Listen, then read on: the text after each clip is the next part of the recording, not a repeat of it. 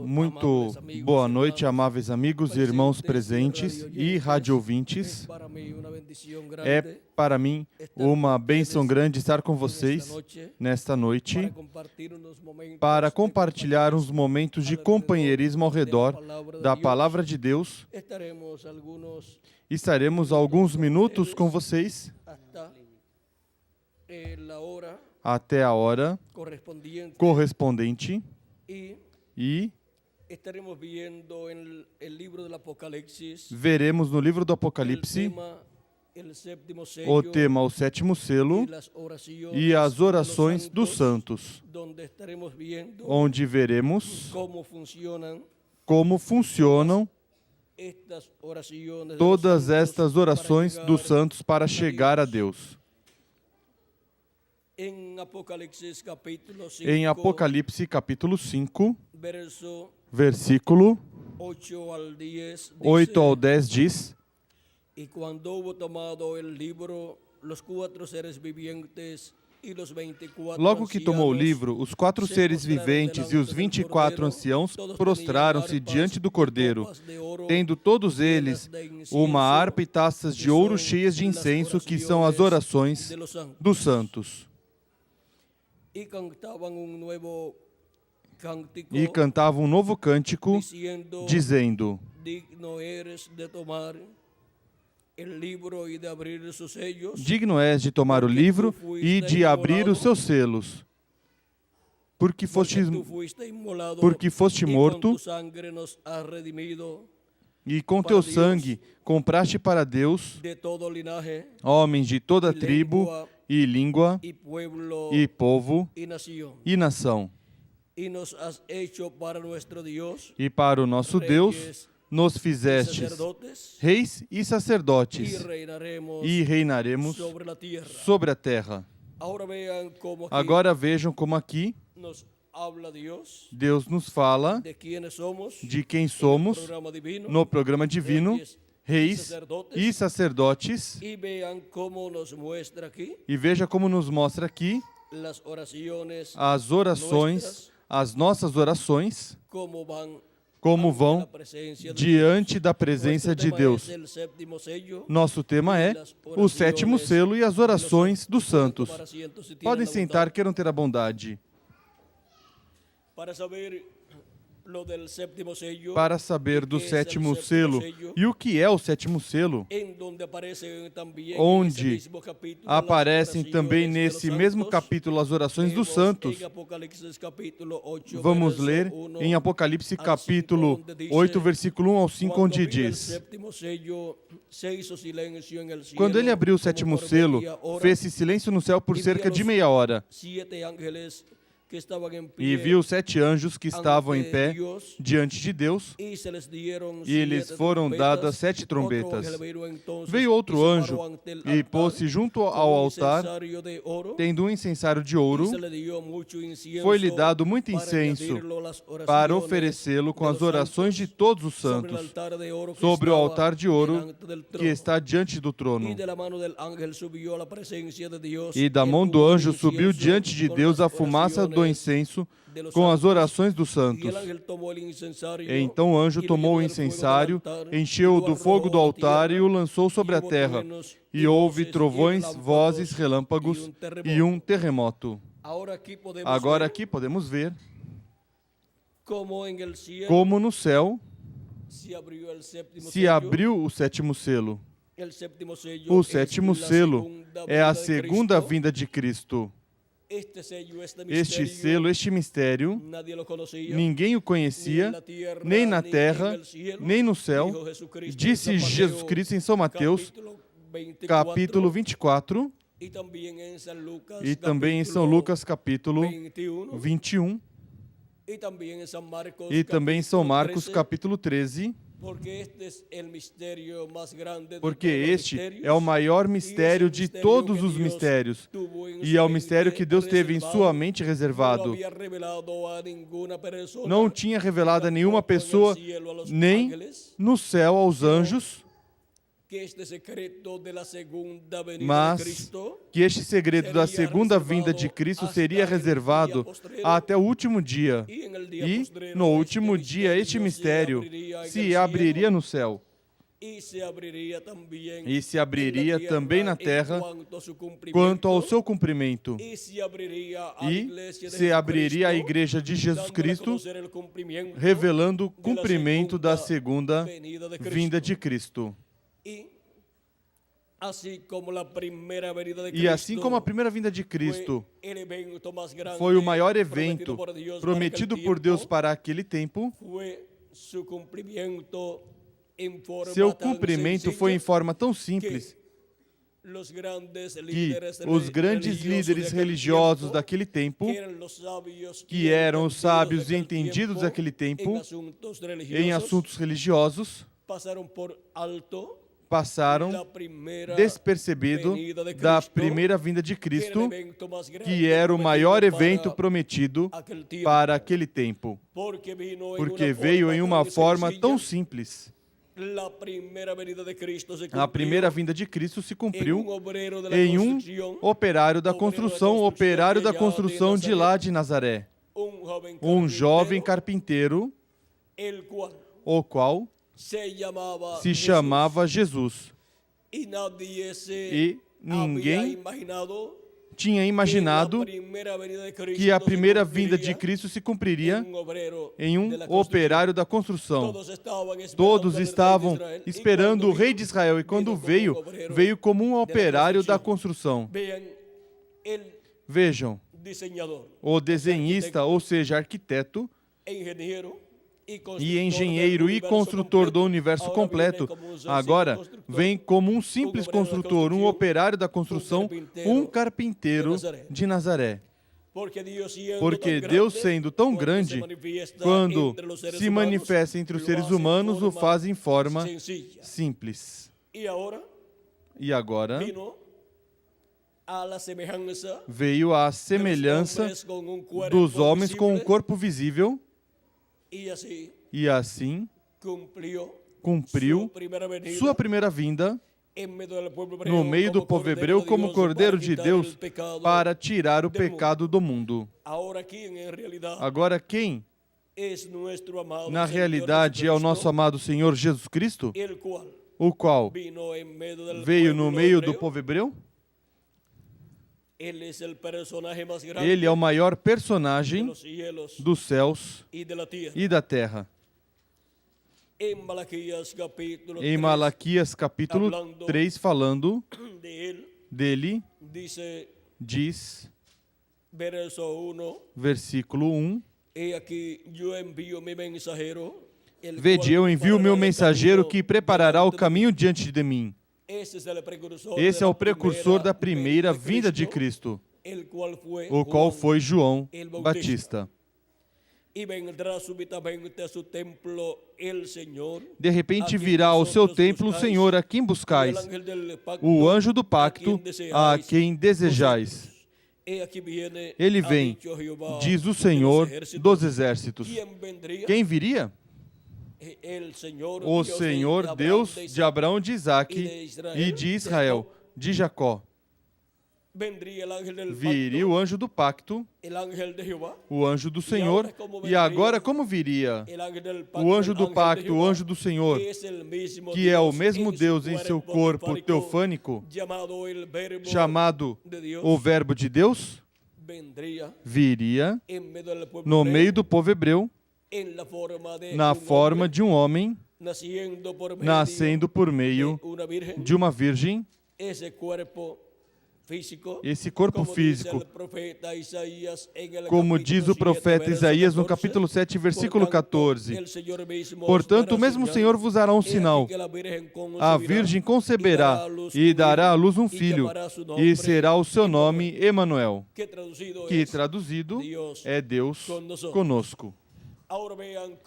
Agora vejam como viria o anjo do Senhor, o anjo do pacto, no meio do povo hebreu. Viria como um menino nascendo por meio de uma mulher virgem, a qual foi Maria, a Virgem Maria. E Assim viria o corpo físico do anjo do pacto, do anjo do Senhor Deus de Abraão, de Isaque e de Jacó, ao vir no meio do povo hebreu materializado em carne humana, como um homem daquele tempo, o qual era Jesus, o profeta de Nazaré. Porque a palavra sempre vem aos profetas de Deus. E agora, o verbo, a palavra, quando se fez carne, tinha que ser um profeta. E agora, isso cumpriria a promessa de Deuteronômio, capítulo 18, versículo 15 ao 19, onde diz: o Senhor teu Deus te suscitará um profeta como eu, do meio de ti e de teus irmãos. A ele ouvirás, diz o profeta Moisés. E diz o porquê. Diz: profeta dentre seus irmãos como eu, diz Moisés, vos levantará o Senhor vosso Deus. Aí está o segredo da vinda do Messias. Tinha que ser um profeta, diz: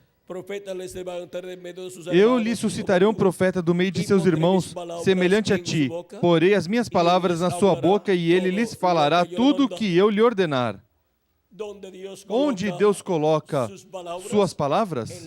Na boca do profeta que ele envia. Muitas pessoas querem ouvir Deus e a forma para ouvir Deus é por meio do profeta que Deus envia para o tempo em que as pessoas estão vivendo. Porque Deus coloca sua palavra na boca desse profeta. Vejam, aqui diz Moisés, Deus diz a Moisés e por meio de Moisés: porei as minhas palavras na sua boca, e ele lhes falará tudo o que eu lhe ordenar. O que esse profeta falará? Tudo que Deus mandar falar ao seu povo. Eu mesmo pedirei contas de todo aquele que não ouvir as minhas palavras que ele falar em meu nome. Toda pessoa está responsabilizada diante de Deus de escutar a sua voz. A voz de Deus por meio do profeta que ele envia para o tempo em que a pessoa está vivendo. E agora, o Messias tinha que ser um profeta. Porque Deus fez o ser humano à imagem e semelhança, a sua imagem e semelhança. E se o Messias viria à Terra, o qual seria Deus entre os seres humanos em forma visível, com um corpo visível, tinha que ser, então, a imagem de Deus foi feito homem. A imagem e semelhança de Deus, portanto, o que mais se parece com Deus é o homem. E o que mais se parece com o homem é Deus. Portanto, quando Deus se materializou no meio dos seres humanos, tinha que ter uma semelhança humana. E essa foi a pessoa de Jesus Cristo. Essa é a semelhança humana de Deus. Essa é a semelhança a qual Adão foi feito. Adão foi feito à semelhança de Deus. Essa semelhança que Deus teria com o ser humano e o ser humano com Deus. Mas a imagem de Deus é seu corpo teofânico da sexta dimensão, chamado corpo teofânico. E Deus, quando criou o ser humano, primeiro lhe criou um corpo teofânico da sexta dimensão. Isso é de outra dimensão. Pois há outras dimensões onde há pessoas com corpos, mas que são invisíveis à vista humana, porque pertencem a outra dimensão. Os anjos têm seus corpos, mas são de outra dimensão. E, por isso, aquí en la tierra, mesmo que estejam aqui na terra e estejam entre nós e nos ajudem, porque o anjo do Senhor acampa ao redor dos que o temem e os defende. Mesmo com tudo isso, são invisíveis à vista humana, porque se encontram em outra dimensão. E essa outra dimensão está ao nosso redor também. Agora vejam vocês, Adão primeiro obteve seu corpo teofânico da sexta dimensão, um corpo teofânico igual ao de Deus, porque o corpo teofânico de Deus é um homem, um varão de outra dimensão, um corpo parecido ao nosso, mas de outra dimensão. E assim, Adão obteve um corpo também que Deus lhe criou. Saiu de Deus, veio de Deus esse corpo. E depois lhe criou um corpo do pó da terra, mas Deus ainda para si mesmo não tinha criado para si um corpo do pó da terra. Em seguida, quando se cumpriu a primeira vinda de Cristo, esse corpo chamado Jesus é o corpo físico de Deus que Ele criou para si, para realizar por meio desse corpo a obra de redenção na cruz do Calvário. E, depois que morreu, ressuscitou e subiu ao céu. Agora vejam vocês, João Batista falando sobre aquele ao qual estava preparando o caminho, o qual viria depois de João Batista. João dizia: no meio de vós está um ao qual vós não conheceis. João também dizia: eu não conheço, mas quem me mandou batizar em água me disse: sobre quem tu vires o Espírito Santo descer em forma de pomba, esse é ele. E João, quando batizou Jesus, viu que o céu se abriu e desceu sobre Jesus o Espírito Santo em forma de pomba, e soube que esse era o ungido pelo Espírito Santo. Esse era o homem prometido para o povo hebreu. Era o Messias prometido, o rei de Israel. Deus estava morando em toda a sua plenitude naquele corpo de carne chamado Jesus. E João dizia: ele é primeiro que eu. E vejam, nasceu como 6 meses depois de João Batista, mas João diz que é primeiro que ele, que João. E como pode ser primeiro e nasceu depois? Jesus também disse: Abraão desejou ver o meu dia, ouviu e se alegrou. Diz-lhe: não tem de 50 anos e dizes que viste Abraão? Jesus disse: antes que Abraão nascesse, eu sou. E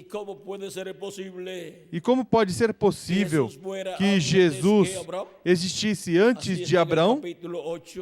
Assim está no capítulo 8 de São João, versículo 55, 56 em diante diz: vosso pai Abraão exultou por ver o meu dia, viu e alegrou-se. Disseram-lhe os judeus: ainda não tem 50 anos. E viste Abraão? Respondeu Jesus: em verdade vos digo, que antes que Abraão nascesse, eu sou. Então pegaram em pedras para atirar nele, mas Jesus se ocultou e retirou-se do templo.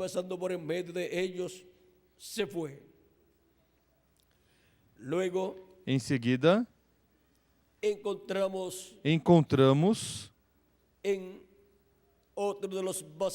outra das passagens do livro de São João que Jesus estava sendo ameaçado pelos judeus, queriam matá-lo, apedrejá-lo e vejam vocês o que aconteceu nessa ocasião. Diz, isto foi quando disse,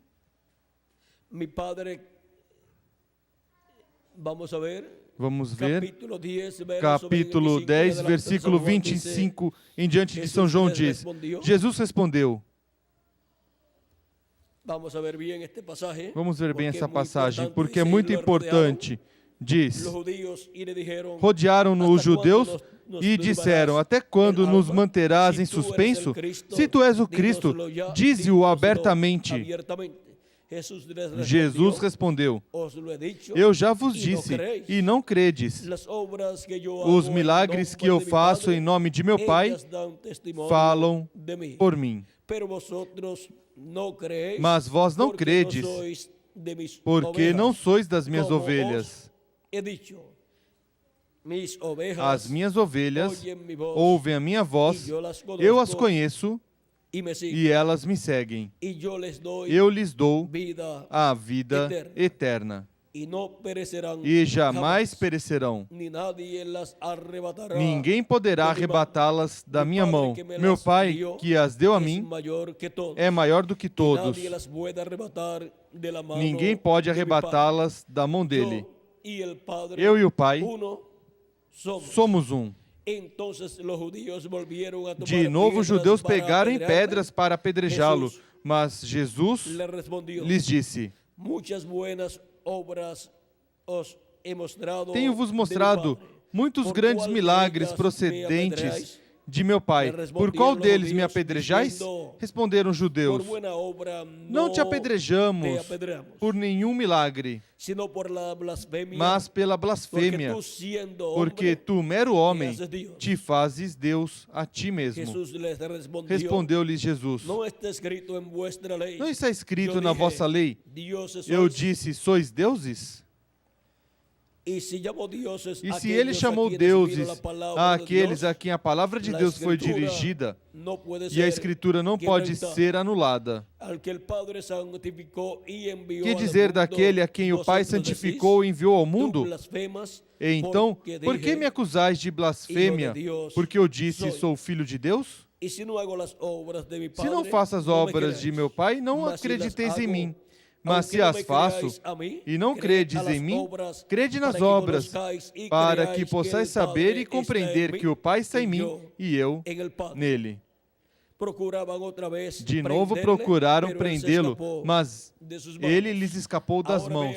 Agora vejam como aqui nesta passagem, Jesus Cristo se identifica como um com o Pai, dizendo a eles que ele e o Pai são uma mesma pessoa. Assim como também em São João capítulo 14, versículos 6 em diante diz,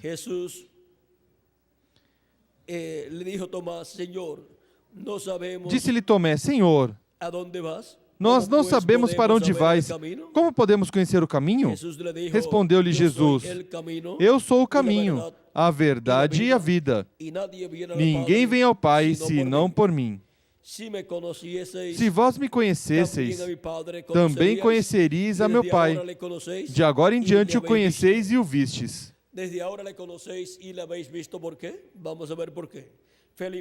De agora em diante o conheceis e o vistes.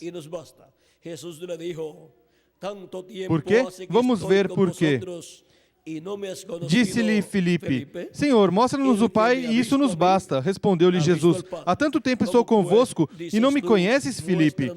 Quem me vê, vê o Pai. Como dizes tu, mostra-nos oPai? Não crês tu que eu estou no Pai e que o Pai está em mim? As palavras que eu vos digo, não as digo por mim mesmo. Antes, é o Pai que está em mim quem faz as obras. Crede-me quando digo que estou no Pai e o Pai está em mim. Pelo menos crede por causa das mesmas obras. Em verdade vos digo, que aquele que crê em mim, também fará as obras que eu faço.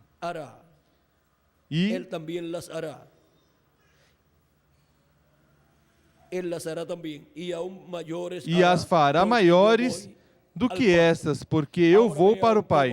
Agora vejam como aqui Cristo se identifica como a pessoa onde está o Pai Celestial, falando e realizando as obras correspondentes àquele tempo que foram vistas, feitas por Jesus Cristo. Era o Pai que morava nele, quem estava realizando essas obras. Em São João, capítulo 1, nos diz: no princípio era o Verbo, e o Verbo estava com Deus, e o Verbo era Deus. Ele estava no princípio com Deus. Todas as coisas foram feitas por meio dele, e sem ele, nada do que foi feito se fez. Todas as coisas foram feitas, criadas por quem? Pelo Verbo que estava com Deus e era Deus. E no versículo 14 deste mesmo capítulo de São João diz: o Verbo se fez carne e habitou entre nós. O Verbo que estava com Deus e era Deus e criou todas as coisas, agora se faz carne e habitou no meio do povo hebreu, e foi conhecido o véu de carne pelo nome de Jesus. Nesse véu de carne estava quem? O Verbo que estava com Deus e era Deus. Agora, o Verbo é o mesmo Deus em seu corpo teofânico, chamado no Antigo Testamento o anjo do Senhor ou anjo do pacto, o qual apareceu ao profeta Moisés e lhe disse: eu sou o Deus de Abraão, de Isaque e de Jacó. Êxodo capítulo 3, versículo 1 em diante.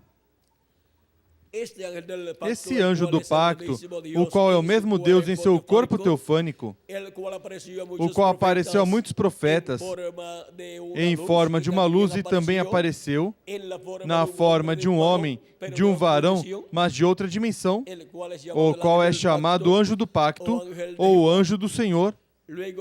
Em seguida se materializou na terra, se fez carne e viveu no meio do povo hebreu com o nome de Jesus, que significa Salvador ou Redentor, para realizar a obra de redenção como Cordeiro de Deus. Agora vejam quem é o nosso amado Senhor Jesus Cristo. Ele é o anjo do pacto, o anjo do Senhor do Antigo Testamento. Quem é antes de Abraão e antes de Adão também. Ele esteve vivendo antes de aparecer neste planeta Terra em um corpo de carne. Ele esteve vivendo em seu corpo teofânico da sétima dimensão, que é um corpo parecido ao nosso corpo terreno, mas de outra dimensão, da sexta dimensão. E, já que falamos da sexta dimensão, é muito importante que entendamos que há 7 dimensões.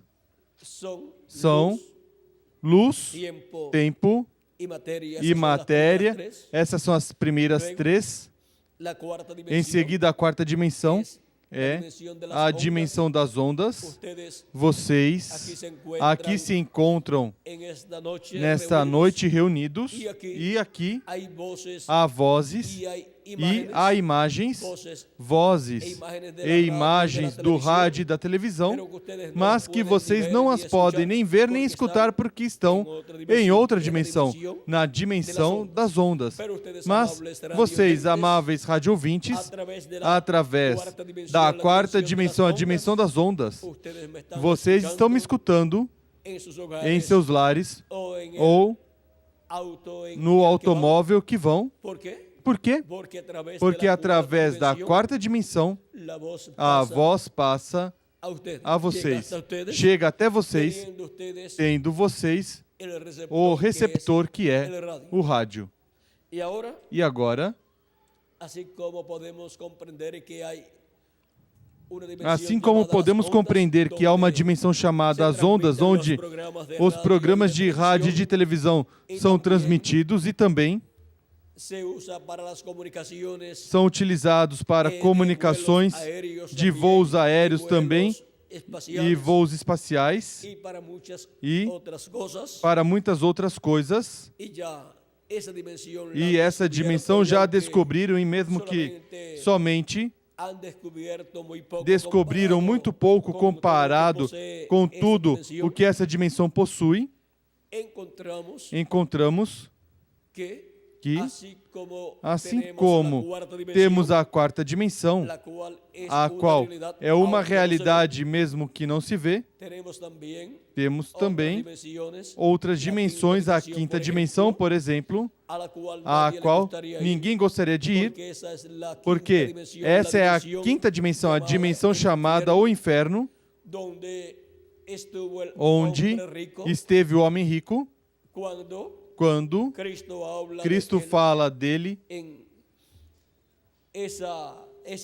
nessa passagem, seja parábola ou seja realidade, Cristo mostrou a quinta dimensão, a dimensão do inferno, onde esse homem rico foi, porque não se ocupou de buscar a Deus quando podia encontrar a Deus e obter a misericórdia de Deus. E essa é a mesma dimensão a qual, quando Jesus Cristo morreu, foi e pregou ali às almas em prisão que foram desobedientes no tempo de Noé. Quando Noé estava preparando a arca e pregava que viria um dilúvio sobre a terra de água e inundaria o planeta Terra, e toda a vida animal e vida humana seria destruída. Eles não podiam crer que isso era certo.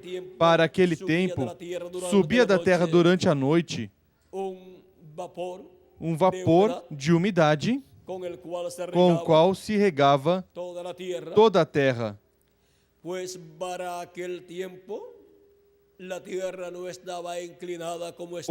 aquele tempo a terra não estava inclinada como está atualmente. E agora, vejam vocês como Jesus Cristo passou ao inferno.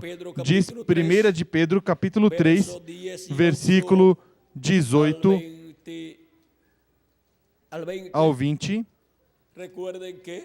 Recordem que Cristo havia dito: ninguém me tira a vida, eu a ponho por mim mesmo para tornar a tomá-la.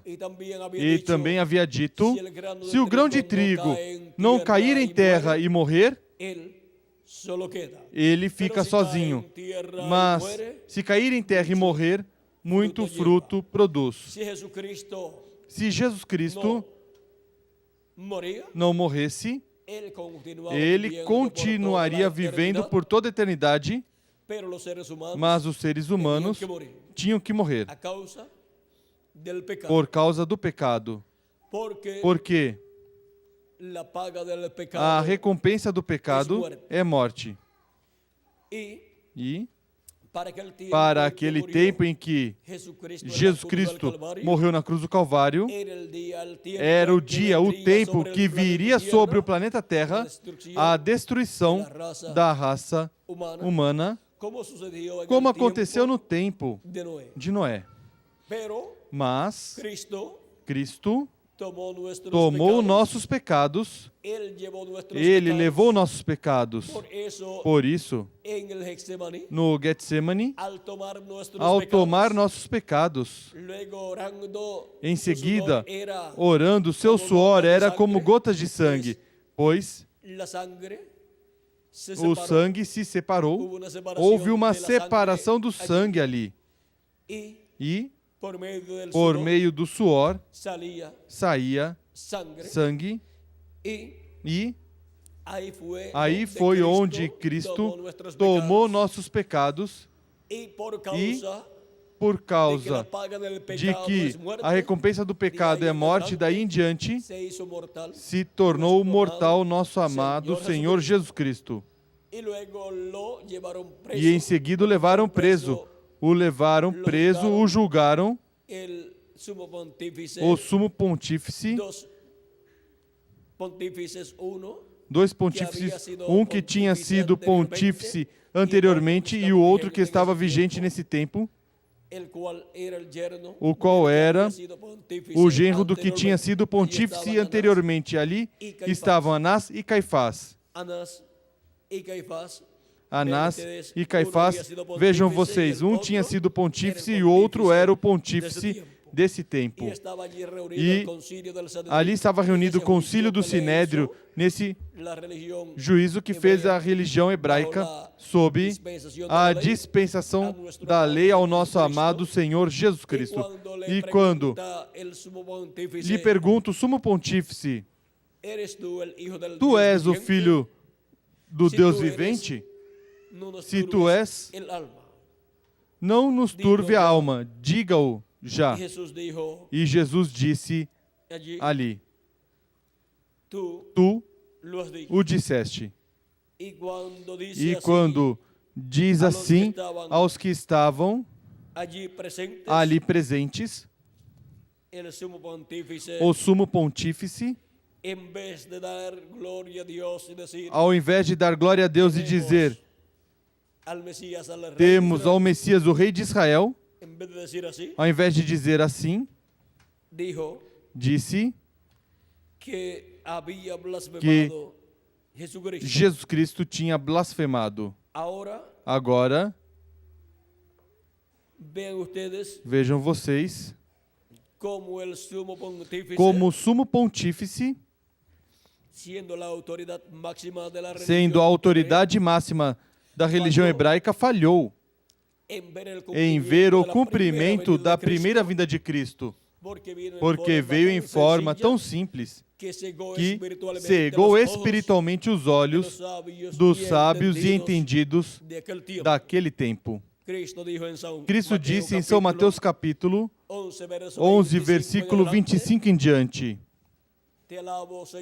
te louvo, Senhor, Pai do céu e da terra, que escondeste essas coisas aos sábios e entendidos, ou seja, dos teólogos e doutores em divindade da religião hebraica daquele tempo, incluindo o sumo pontífice, e as revelaste às crianças. As crianças eram os apóstolos e todos os crentes em Jesus, os quais não tinham uma preparação teológica, mas tinham visto a vinda do Messias e criam com toda a sua alma. E agora, vejam como a religião hebraica, com seus líderes religiosos, com o concílio da religião hebraica, o concílio do Sinédrio, declaram que Jesus Cristo é um blasfemo. Vejam, diz, capítulo 26, versículo 63 ao 68 de São Mateus 26 diz, Jesus, porém, guardou silêncio, e o sumo sacerdote lhe disse, conjuro-te pelo Deus vivo, que nos digas se tu és o Cristo, Filho de Deus. Respondeu-lhe Jesus, tu disseste, porém vos digo que em breve vereis o Filho do Homem assentado à direita do Todo-Poderoso e vindo sobre as nuvens do céu. Então o sumo sacerdote rasgou as suas vestes, dizendo: blasfemou. Para que precisamos ainda de testemunhas? Vós bem ouvistes a sua blasfêmia. O que vos parece? E eles responderam: é réu de morte. Então, uns cuspiram-lhe no rosto e lhe davam murros, e outros o esbofeteavam, dizendo: profetiza-nos, ó Cristo, quem foi que te bateu? Agora vejam vocês tudo o que fizeram com Jesus, porque Jesus já tinha tomado nossos pecados e tinha se tornado mortal. Porque a recompensa do pecado é morte, e ao tomar todos os nossos pecados se tornou mortal. E, consequentemente, tinha que morrer, porque a recompensa do pecado é morte, e no dia 14 do primeiro mês, na véspera da Páscoa, porque no dia 15 era a Páscoa, o Messias tinha que morrer como cordeiro morria. Na véspera da Páscoa, morria o cordeiro pascual, que em seguida, durante a noite da Páscoa, era comido. Agora recordem que para o povo hebreu a noite é primeiro e depois o dia. Para os gentios, o dia é primeiro e depois a noite. Mesmo que para os gentios o dia começa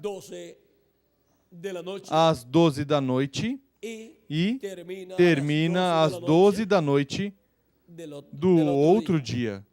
E agora para o povo hebreu os dias começam e terminam à tarde, ao pôr do sol. Ou seja, que, digamos, que às 6 da tarde, nos lugares onde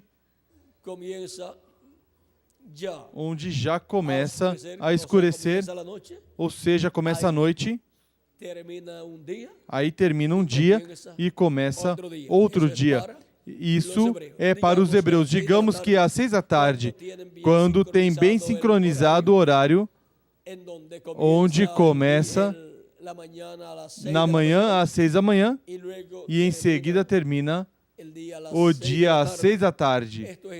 Isso é em certas estações do ano, assim é. Digamos, na primavera. E o cordeiro pascual era tomado 4 dias antes e depois era sacrificado no dia 14 e o preparavam, o assavam, e já nesse mesmo dia 14, pela tarde, começava o dia 15 e começava a noite do dia 15. E durante essa noite comiam esse cordeiro pascual. Quando o povo hebreu teve que sair livre no Egito, Deus estabeleceu um cordeiro, o qual tinha que ser sacrificado no dia 14. E em seguida tinha que ser preparado, assado em fogo, e o sangue desse cordeiro aplicado no batente e umbrais da porta da casa, e tinham que entrar nessa casa todos e estarem durante toda a noite dentro dessa casa, enquanto a morte dos primogênitos estava se realizando lá no Egito. E os lugares, as casas onde estava o sangue do cordeiro aplicado, era livre da morte dos seus primogênitos. E o império do faraó não sabia essas coisas e não tinha o sangue aplicado no batente de suas portas, nem o cordeiro pascual comendo durante a noite. E houve uma grande mortandade desde o filho do faraó até o filho do escravo e até dos animais também. Mas agora, vejam vocês, Deus disse ao povo hebreu, e isso está no capítulo 12 e capítulo 14, encontramos de tudo isto. De Êxodo, Deus disse ao povo hebreu, por meio de Moisés, ninguém saia da sua casa até amanhã. Já na manhã, que é a quarta vigília, ia ser o êxodo e iam sair livres, todos eles. E agora, vejam vocês como tudo isso era tipo e figura do nosso amado Senhor Jesus Cristo morrendo na cruz do Calvário, na véspera da Páscoa, para a salvação de todos nós, para que tenhamos aplicado seu sangue no batente de nossas almas, aí na porta do nosso coração, e tenhamos a Cristo, Cordeiro de Deus, dentro da nossa casa, já em nossa alma, para que a morte espiritual não nos açoite, para que a morte espiritual não açoite nossas almas e possamos viver eternamente. É Cristo, Cordeiro de Deus, estando em nossa alma, dentro aí de nossa casa, quem nos dá vida eterna. Nos livra da morte. Nos passa de morte à vida. E agora, vimos como isso é aplicado, isso do Cordeiro, que o povo hebreu sacrificava agora, é aplicado ao indivíduo, aplicando Cristo na sua vida, recebendo Cristo como seu Salvador e lavando os seus pecados no sangue de Cristo, para assim ter o sangue de Cristo aplicado na sua alma e ter Cristo dentro da sua alma, do seu coração, e assim se livrar da morte, da segunda morte, que é o lago de fogo, e a pessoa ter o direito de viver eternamente.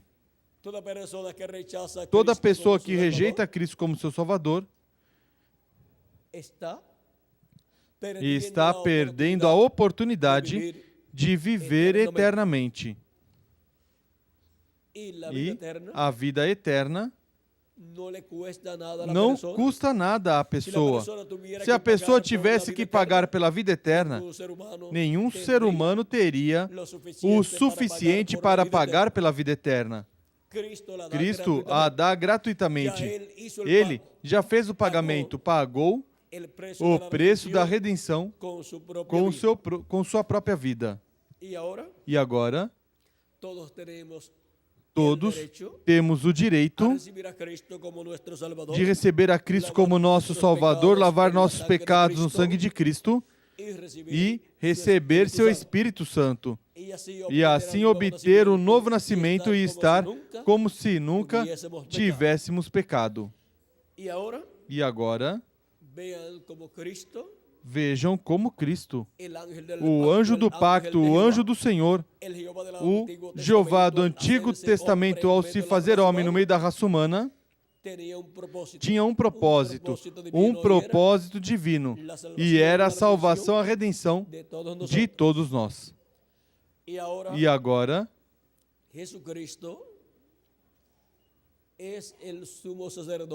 Jesus Cristo é o sumo sacerdote do templo que está no céu.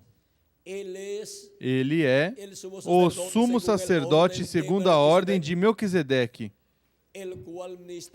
o qual ministra no templo que está no céu. Ele, quando subiu ao céu, assentou-se à destra de Deus, no trono de Deus, e colocou como sumo sacerdote seu próprio sangue sobre o trono de Deus, que é o lugar de intercessão ou assento de misericórdia no céu, no templo que está no céu, para interceder por todos nós E à medida que foram passando os anos, ele esteve chamando e juntando suas ovelhas de era em era, e, por meio de cada mensageiro que ele enviou à sua igreja, se manifestou o Espírito Santo em cada mensageiro. E, por meio de cada mensageiro, falou ao seu povo e chamou e juntou os seus escolhidos de era em era, para que não pereçam, pois ele disse que nenhuma das suas ovelhas perecerá. Por quê? Porque ele nos dá vida eterna, vida em abundância, por meio do seu sacrifício na cruz do Calvário. E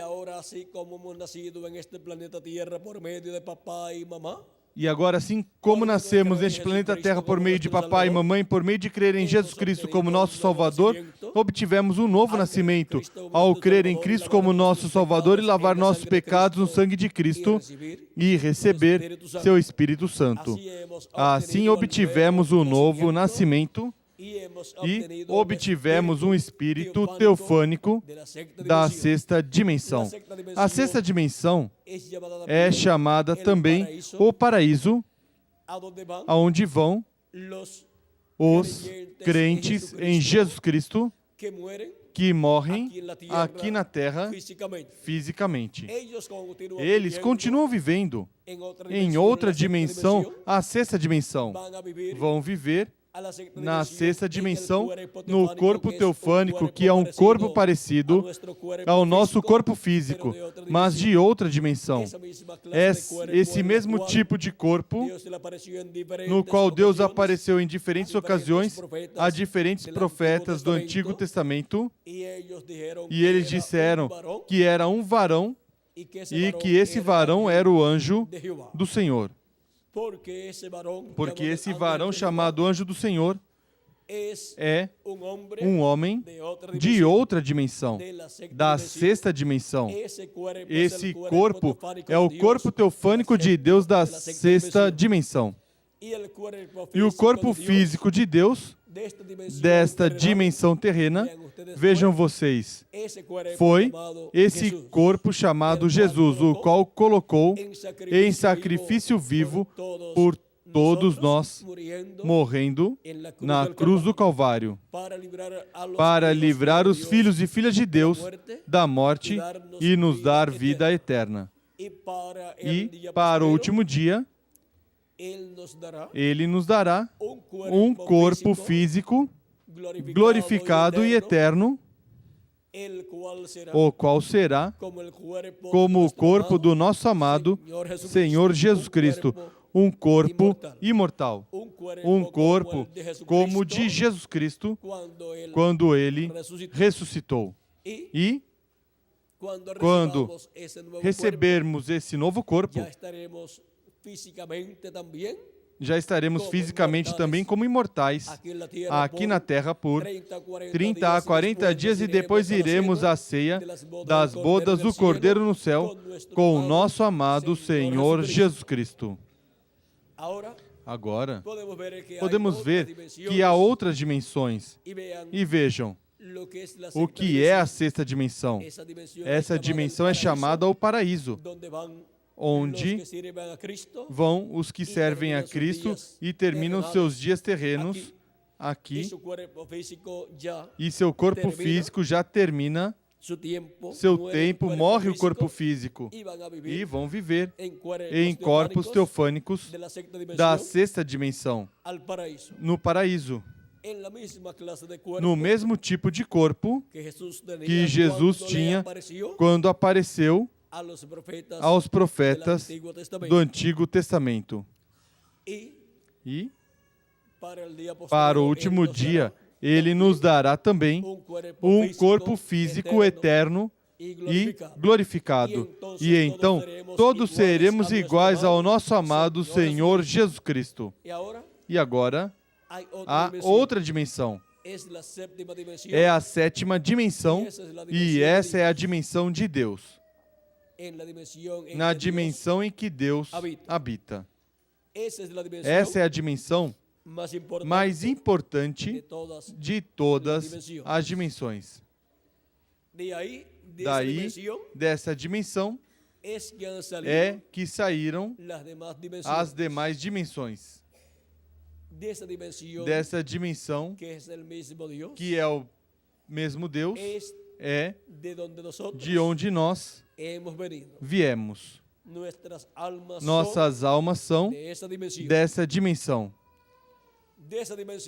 Dessa dimensão é que Deus veio à sexta dimensão, ou seja, criou para si um corpo teofânico da sexta dimensão, e dessa dimensão é o corpo teofânico que Ele nos dá quando cremos em Cristo como nosso Salvador, lavamos nossos pecados em seu sangue e recebemos seu Espírito Santo.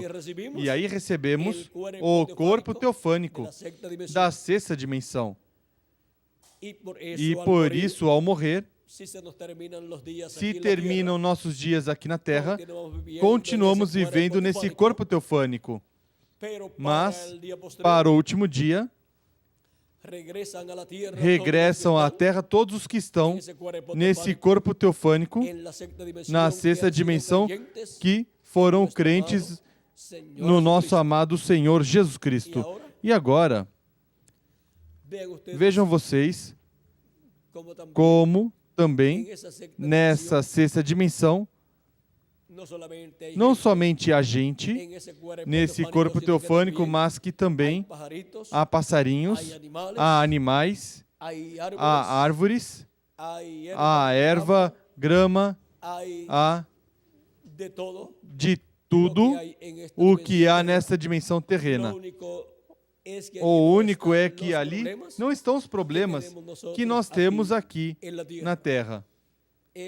É uma dimensão de paz, de regozijo, de harmonia, de felicidade ali.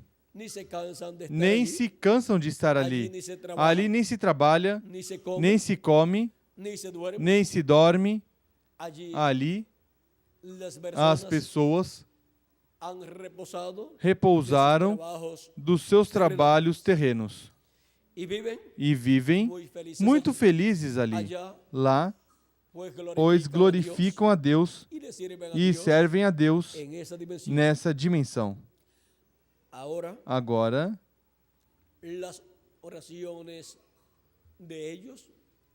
as orações deles, vejam vocês, têm que chegar até Deus, como as nossas também. E no Antigo Testamento foi estabelecido o serviço no templo que Moisés construiu e no templo que Salomão construiu. Foi estabelecido que o sumo sacerdote entraria com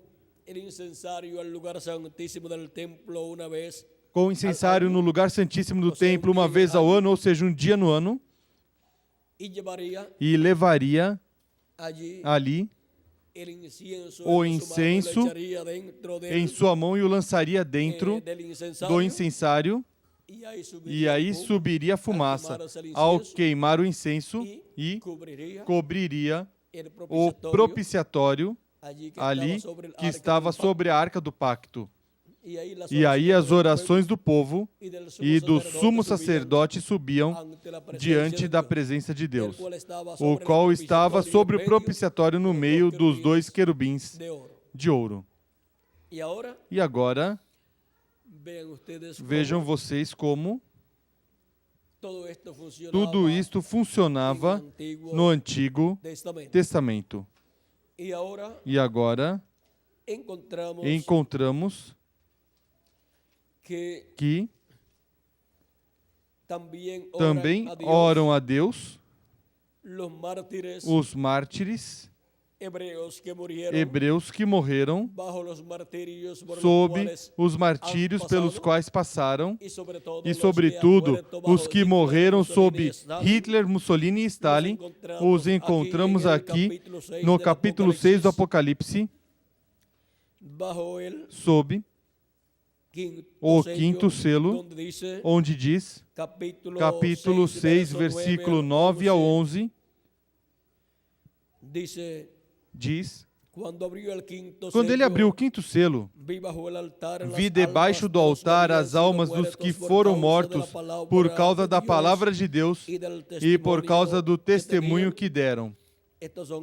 Estes são hebreus e clamavam com grande voz dizendo, até quando, ó verdadeiro, ó santo soberano, não julgas e vingas o nosso sangue dos que habitam sobre a terra?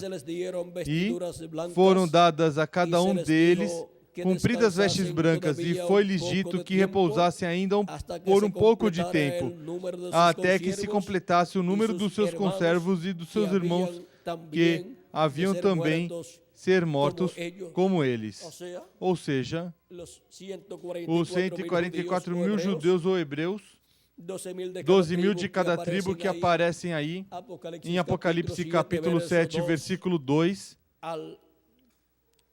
ao 8, e que em seguida aparecem em Apocalipse capítulo 14, versículo 1 em diante.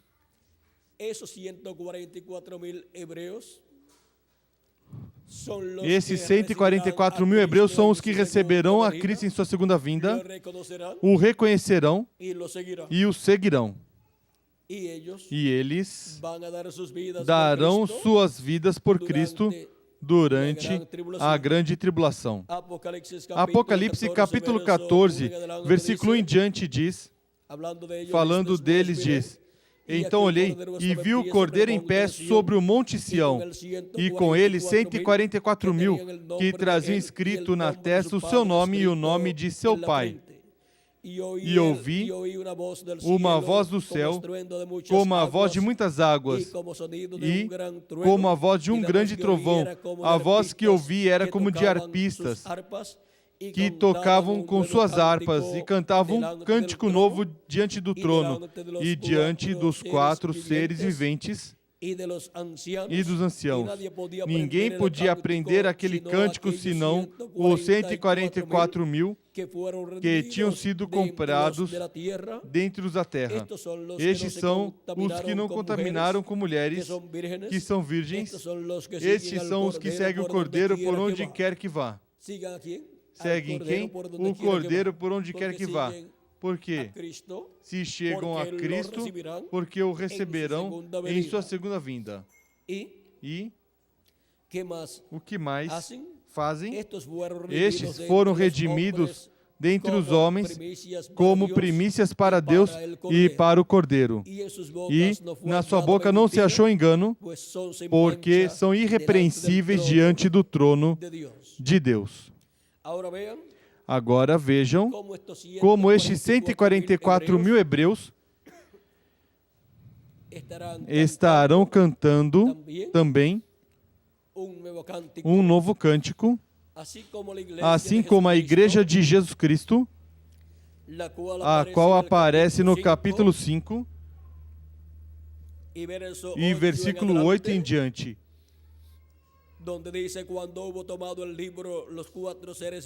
Onde diz, logo que tomou o livro, os 4 seres viventes e os 24 anciãos prostraram-se diante do Cordeiro, tendo todos eles uma harpa e taças de ouro cheias de incenso, que são as orações dos santos. E cantavam um novo cântico, dizendo, digno és de tomar o livro e de abrir os seus selos, porque foste morto, e com teu sangue compraste para Deus homens de toda a tribo, e língua, e povo, e nação. E para o nosso Deus nos fizestes reis e sacerdotes, e reinaremos sobre a terra. Agora vejam como essas pessoas que se encontram em outra dimensão podem cantar a Deus um cântico novo, podem glorificar a Deus e podem falar sobre o que será deles, pois dizem, e para o nosso Deus nos fez nos fizeste reis e sacerdotes e reinaremos sobre a terra. Eles sabem que vão regressar à terra para reinar com Cristo por 1000 anos e depois por toda a eternidade, juntamente com os que vivemos nessa terra e seremos transformados. Agora, vejam vocês aqui no capítulo 8, versículo 1 em diante, onde diz: Quando ele abriu o 7º selo, fez-se silêncio no céu por cerca de meia hora, e viu 7 anjos que estavam em pé diante de Deus, e lhes foram dadas 7 trombetas. Veio outro anjo e pôs-se junto ao altar, tendo um incensário de ouro. Foi-lhe dado muito incenso para oferecê-lo com as orações de todos os santos. Agora vejam, as orações dos santos, tanto dos que partiram como de nós que vivemos aqui na terra, os quais temos orado, tanto os que já partiram como nós, temos orado pela transformação de nosso corpo, nós os que vivemos, e eles têm orado pela ressurreição deles em corpos eternos, para regressar à terra e reinar com Cristo como reis e sacerdotes. E agora, estas orações dos santos, tanto dos que partiram como de nós os que vivemos, são apresentadas a Deus e sobem até a presença de Deus, no trono de Deus ali no céu, sob o ministério deste anjo, com um incensário de ouro, o qual ocorre depois que Cristo termina seu trabalho ali de intercessão, quando já se completa o número dos escolhidos de Deus. Já aí, Cristo, com o incensário de ouro, vejam vocês, e o incenso colocado no incensário que está aceso em fogo, produz esse incensário, produz essa fumaça que sobe até a presença de Deus com as orações dos santos, com as orações de todos os filhos e filhas de Deus, para o pedido de nossa adoção como filhos e filhas de Deus, nossa adoção em corpos eternos, para ser colocados em corpos eternos, os que partiram e já não têm o corpo físico, mas serão colocados em um corpo eterno na ressurreição, e nós, os que vivemos, seremos transformados em nossos átomos, e então teremos o corpo eterno. E agora, Cristo disse que isso será feito por Ele no último dia.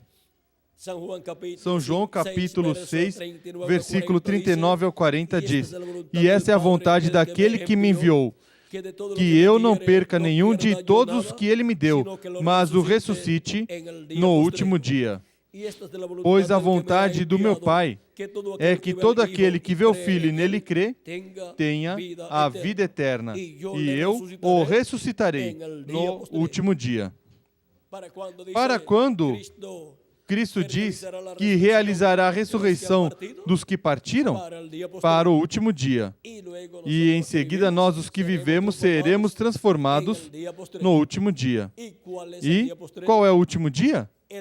O último dia é o 7º milênio. E os últimos dias são o 5º milênio, 6º milênio e 7º milênio. Porque um dia diante de Deus é como 1000 anos para nós. Segunda de Pedro, capítulo 3, versículo 8, e o Salmo 90 e versículo 4, onde o profeta Moisés também dá testemunho desta verdade. Quando se diz no último dia, ou dia do Senhor, para os seres humanos, isso é o 7º milênio. E agora, se acrescentarmos ao calendário os anos de atraso que tem, pois já estamos no 7º milênio e, consequentemente, estamos no último dia. Agora, não sabemos em que ano do último dia e 7º milênio ocorrerá a ressurreição. Por isso, temos que estar esperando a ressurreição dos mortos em Cristo, e quando os virmos ressuscitados, aí seremos transformados e teremos também o corpo novo. E com esse corpo novo, o qual será interdimensional, poderemos passar às diferentes dimensões que tivermos necessidade. Agora, vejamos que isso das dimensões, pois é um mistério, mas é uma realidade. Vejam vocês, a Escritura diz, a cada vez que um homem de Deus, que morreu um homem de Deus como Adão, Sete, Noé, Abraão, Isaac, Jacó, Moisés, quando se fala da partida ou morte deles, se diz que foi reunido com o seu povo. Porque isso é o que acontece quando parte um homem de Deus, quando parte um filho ou uma filha de Deus, a pessoa vai viver com o seu povo. E cada um dos patriarcas, quando partiu, encontramos que foi ao seio de Abraão. E quando sua descendência ia terminando seus dias aqui, ia se reunindo lá com eles como uma família lá também. Porque assim como se está aqui em uma família, lá também se está em uma família. Aqui em uma família terrena e lá em uma família celestial. E agora, a família de Deus é a Igreja de Jesus Cristo, a qual a pessoa entra quando crê em Cristo e recebe seu Espírito e assim nasce de novo. Nasceu na família de Deus. E quando morre, pois, vai à dimensão onde vão os da família de Deus. E aí se reúne cada pessoa com o mensageiro da era que lhe correspondeu viver. E agora, para o último dia, serão ressuscitados todos os santos do Novo Testamento, assim como para a primeira vinda de Cristo, como Cordeiro de Deus, quando morreu e ressuscitou, ressuscitaram com ele os santos do Antigo Testamento. São Mateus, capítulo 27, versículos 51 em diante diz: nesse instante o véu do templo se rasgou em duas partes, de alto a baixo. Isso foi quando Cristo morreu. Tremeu a terra e fenderam-se as rochas, abriram-se os sepulcros, e muitos corpos de santos que dormiam ressuscitaram, e saindo dos sepulcros, depois da ressurreição de Jesus, ou seja, depois da ressurreição de Cristo, foi que eles também saíram dos sepulcros, ou seja, ressuscitaram, apareceram em corpos, vieram onde? Entraram na cidade santa e apareceram a muitos. Agora, Abraão e Sara, Isaac, Jacó e todos os patriarcas e todos os demais, quando apareceram jovenzinhos, porque quando se regressa da ressurreição com a promessa de viver eternamente em um corpo eterno, esse corpo eterno é jovenzinho, representa de 18 a 21 anos de idade. Ou seja, que é um corpo na flor da juventude para toda a eternidade. E agora Cristo também ressuscitou. E ressuscitou em tal forma que até seus discípulos nem o reconheciam. Por quê? Porque já no corpo glorificado que todos vamos ter, todos seremos jovenzinhos representando de 18 a 21 anos de idade. Assim que Jesus ressuscitou mais jovem do que se via quando seu corpo físico morreu. E agora, assim será com os mortos em Cristo quando ressuscitarem e conosco os que vivemos quando formos transformados. Os mortos em Cristo têm orado por essa ressurreição, estando eles no paraíso, e quando estiveram aqui na terra, oraram pela transformação, oraram por esse novo corpo. E para o último dia, quando essas orações dos santos, ou seja, de nós e dos que estão no paraíso, forem apresentadas diante de Deus, e depois da abertura do sétimo selo no céu, a resposta da parte de Deus será a ressurreição dos mortos em Cristo e a transformação de nós, os que vivemos. Porque já terá se completado o número dos escolhidos de Deus, dos primogênitos de Deus escritos no céu, no livro da vida do Cordeiro.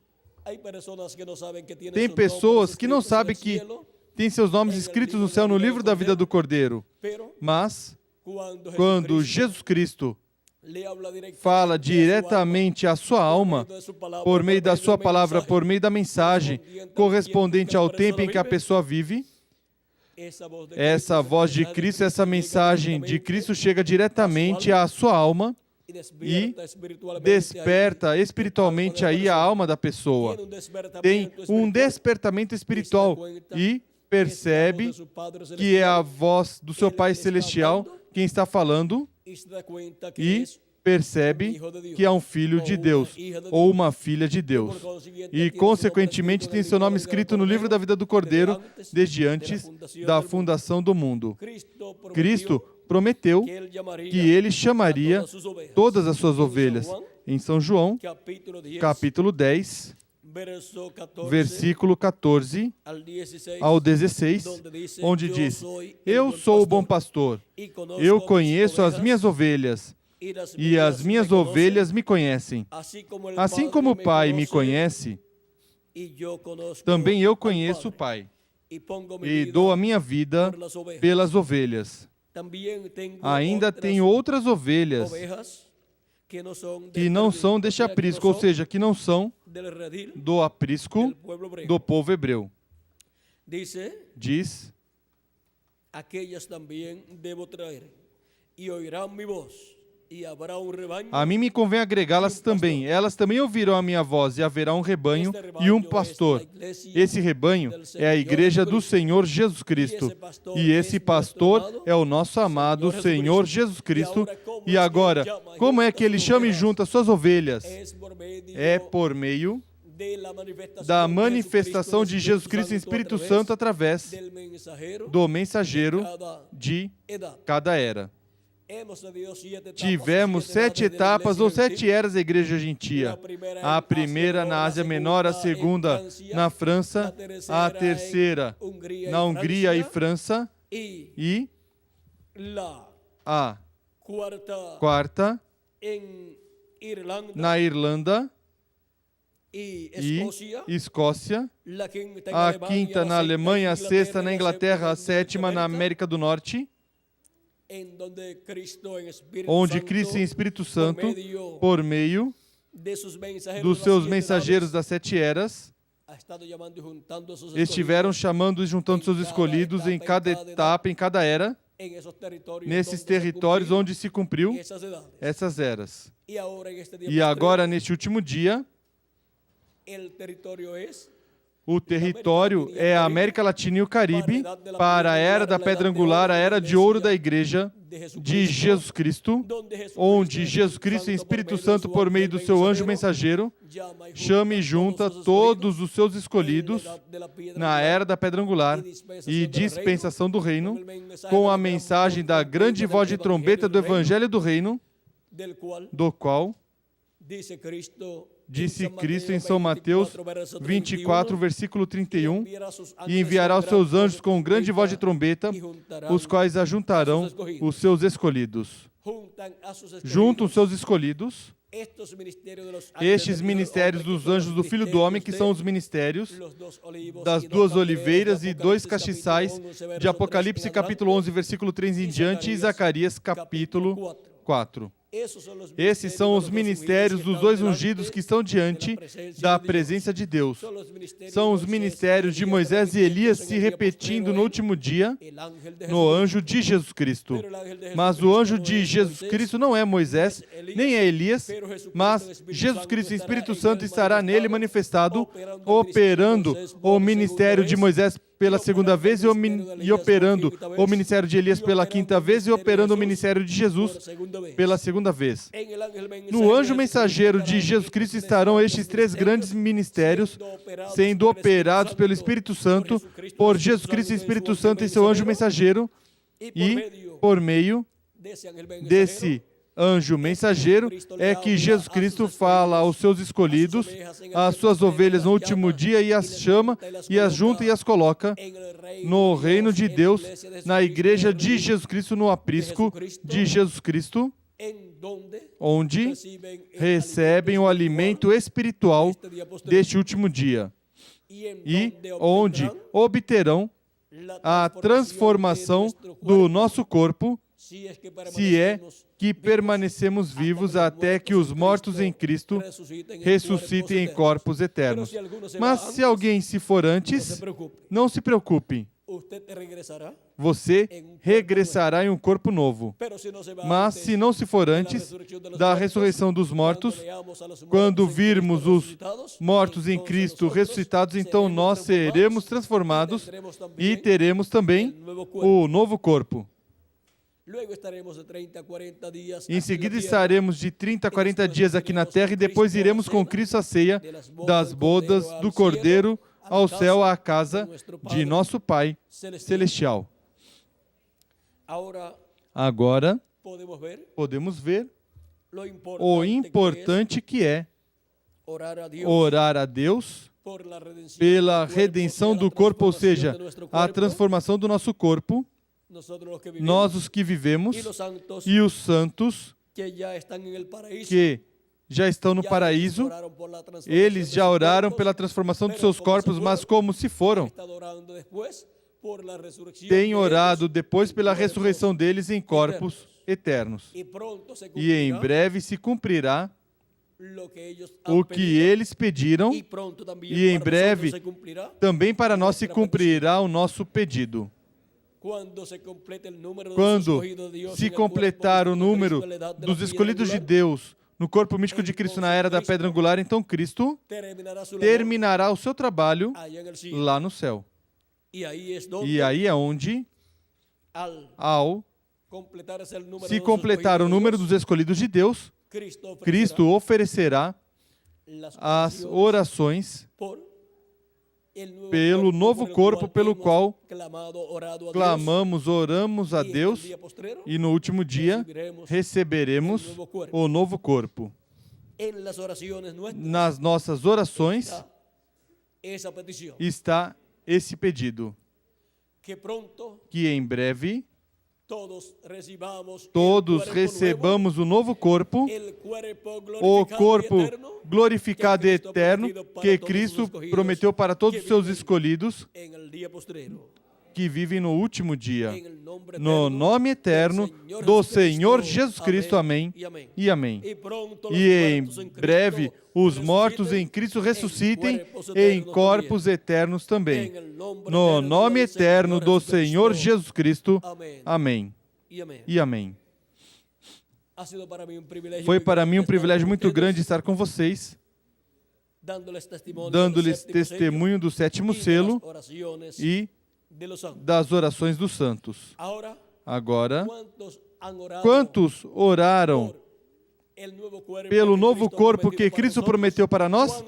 ¿Cuántos Quantos estão orando que Él les dé que el cuerpo Ele glorificado, lhes el deu o cuerpo corpo eterno? glorificado, o corpo eterno? Yo también. Eu também. Todavía Ainda orando continuamos hasta que orando até recibamos que esse novo recebamos esse novo corpo. E os santos que partiram também estão orando por esse novo corpo eterno que Cristo prometeu para todos os seus filhos. y pronto E em breve se se converterá em uma realidade as orações que elevamos a Deus. que pronto Que em breve tengamos el nuevo tenhamos o novo corpo cuerpo que Ele prometeu para nós nosotros e que nós hemos estado pidiendo estivemos lhe pedindo conforme as suas promessas.